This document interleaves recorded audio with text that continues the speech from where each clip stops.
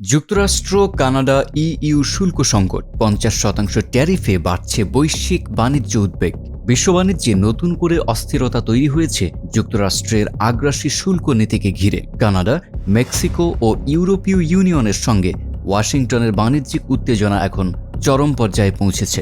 আমদানিকৃত পণ্যের ওপর বড় ধরনের শুল্ক আরোপের সিদ্ধান্ত বিশ্ব অর্থনীতিতে নতুন অনিশ্চয়তা তৈরি করেছে। ঘটনার শুরু ইউরোপীয় ইউনিয়নের সঙ্গে যুক্তরাষ্ট্রের বাণিজ্য সম্পর্ক নিয়ে টানাপোড়েন থেকে। এর আগে দুই পক্ষের মধ্যে একটি বাণিজ্য সমঝোতা হলেও পরবর্তী সময়ে গাড়ি ও অন্যান্য পণ্যে অতিরিক্ত শুল্ক আরোপের সিদ্ধান্ত নতুন বিরোধ তৈরি করে।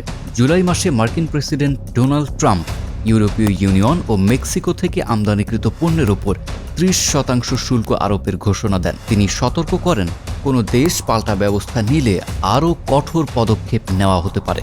এই সিদ্ধান্তের বিরোধিতা করেছে ইউরোপীয় ইউনিয়ন ও মেক্সিকো। তারা জানিয়েছে, আলোচনার মাধ্যমে সমাধান চায়, তবে প্রয়োজন হলে নিজেদের স্বার্থ রক্ষায় পাল্টা ব্যবস্থা নেওয়ার বিষয়টিও বিবেচনা করা হবে। এরপর নতুন করে উত্তেজনা তৈরি হয় কানাডাকে ঘিরে। যুক্তরাষ্ট্র ঘোষণা দিয়েছে, কানাডা থেকে আমদানিকৃত বিভিন্ন পণ্যের ওপর ৫০% পর্যন্ত শুল্ক আরোপ করা হবে। ওয়াশিংটনের অভিযোগ, গাড়ি, দুগ্ধজাত পণ্য ও অ্যালকোহল বাণিজ্যে কানাডা যুক্তরাষ্ট্রের সঙ্গে বৈষম্যমূলক আচরণ করছে।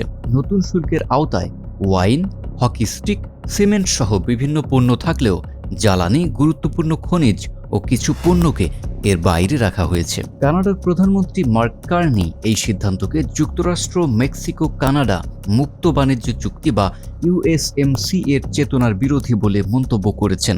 তবে তিনি জানিয়েছেন, বাণিজ্য বিরোধ সমাধানে যুক্তরাষ্ট্রের সঙ্গে আলোচনা চালিয়ে যেতে প্রস্তুত কানাডা। বিশেষজ্ঞদের মতে, বিশ্বের বড় অর্থনীতিগুলোর মধ্যে এই শুল্ক সংঘাত দীর্ঘস্থায়ী হলে এর প্রভাব পড়তে পারে সরবরাহ ব্যবস্থা, পণ্যের দাম, বিনিয়োগ ও বৈশ্বিক বাজারে। বাংলাদেশের জন্যও বিষয়টি গুরুত্বপূর্ণ, কারণ যুক্তরাষ্ট্র ও ইউরোপীয় ইউনিয়ন বাংলাদেশের তৈরি পোশাক সহ বিভিন্ন রপ্তানি পণ্যের জন্য বড় বাজার। বৈশ্বিক বাণিজ্য পরিস্থিতির পরিবর্তন বাংলাদেশের রপ্তানি খাতেও প্রভাব ফেলতে পারে। সব মিলিয়ে যুক্তরাষ্ট্র, কানাডা ও ইউরোপীয় ইউনিয়নের এই শুল্ক বিরোধ এখন শুধু বাণিজ্যিক সমস্যা নয়, বরং বিশ্ব অর্থনীতির জন্য একটি বড় চ্যালেঞ্জ। আলোচনার মাধ্যমে সমাধান হবে নাকি নতুন বাণিজ্য সংঘাত শুরু হবে, সেদিকেই এখন নজর আন্তর্জাতিক মহলের।